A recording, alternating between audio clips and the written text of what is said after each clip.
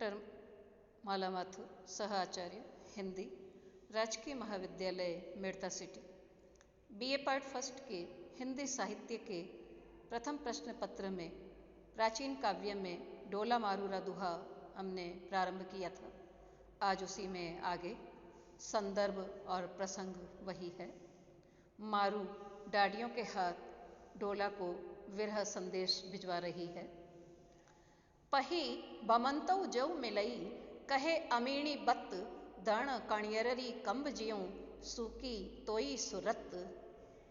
मारू डाडियों को संबोधित करते हुए कहती है कि हे पथिक, मेरे प्रियतम भ्रमण करते हुए मिल जाएं तो उनसे हमारी यह बात कहना कि तुम्हारी स्त्री तुम्हारी याद में कनेर की छड़ी के समान सूख गई है, अर्थात तुम्हारे विरह में मेरा शरीर सूख गया है।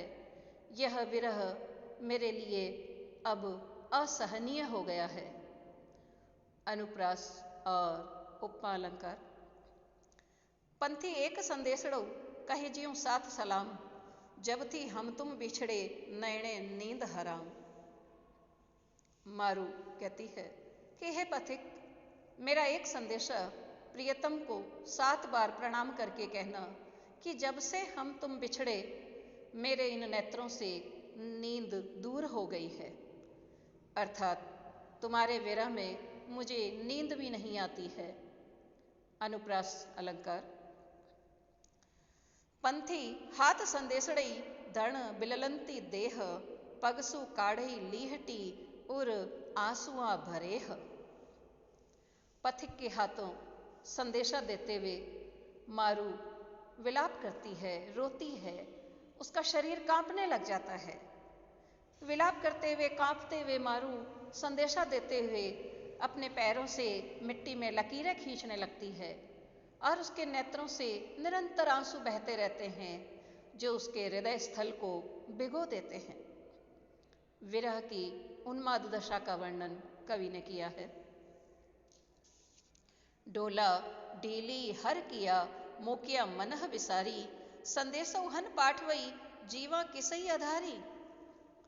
मारू डोला को संबोधित करते हुए अपने मन की व्यथा प्रकट करती है कि तुमने मेरे प्रति प्रेम की इच्छा को ही भुला दिया, तुमने मेरी याद भुला दी, मुझे मन से ही भुला दिया। आते नहीं हो और संदेशा भी नहीं भेजते हो तो मेरे जीने का आधार क्या हो, अर्थात तुम्हारे बिना मेरे जीवन का कोई आधार नहीं है। अनुप्रास। डोला ढीली हर मुझ दीठव गणो जनेह, चोल बरन्ने कपड़े सावर धन अणेह। मारू कहती है कि ढोला, तुमने मेरी याद भुला दी और तुम्हें बहुत से लोगों ने मजीठ रंग के वेश में दूसरी स्त्री को ब्याह कर लाते हुए देखा है, अर्थात मारू को इस बात की जानकारी है कि ढोला ने दूसरी शादी कर ली। इसमें मारू का डोला के प्रति उपालंब का भाव प्रकट हुआ है। अनुप्रास और काव्यलिंग अलंकार। कागल नहीं क मस नहीं, नहीं क लेखन हार, संदेशा ही नाविया जीवो किसई आधार। मारू कहती है कि हे ढोला, तुम संदेशा नहीं भेजते हो, क्या तुम्हारे पास कागज नहीं है या स्याही नहीं है या कोई लिखने वाला नहीं है जो तुम संदेशा नहीं भेजते हो? और जब संदेशा ही नहीं भेजते हो तो जीने का क्या आधार हो? अनुप्रास। कागड़ नहीं क मसी नहीं, लिखता आड़स थाई, कह उण देश संदेशड़ा मोलई बड़ई बिकाई। मारू कहती है कि ढोला, तुम संदेश नहीं भेजते हो, क्या तुम्हारे पास कागज नहीं है या स्याही नहीं है या लिखते हुए आलस्य आता है, और या फिर उस देश में संदेशे बहुत ऊंचे मूल्य पर बिकते हैं, शायद इसी कारण तुम संदेश नहीं भेजते हो। अनुप्रास। वायस विजऊ नाम ते आगड़ी लल्लऊ ठहवई, जई तू हुई सुजाड़ तऊ तू महिलऊ मोकले। मारू कहती है कि ढोला वायस का, वायस अर्थात कौआ का जो दूसरा नाम है उसके आगे लकार लगाओ, अर्थात वायस का दूसरा नाम काग, और काग के आगे लकार लगाने से हुआ कागड़ अर्थात कागज अर्थात पत्र। अगर तुम चतुर हो तो ये अर्थात पत्र मुझे बहुत सारे भेजो, अर्थात तुम अपना कुशल पत्र या संदेश तो भेजो। अनुप्रास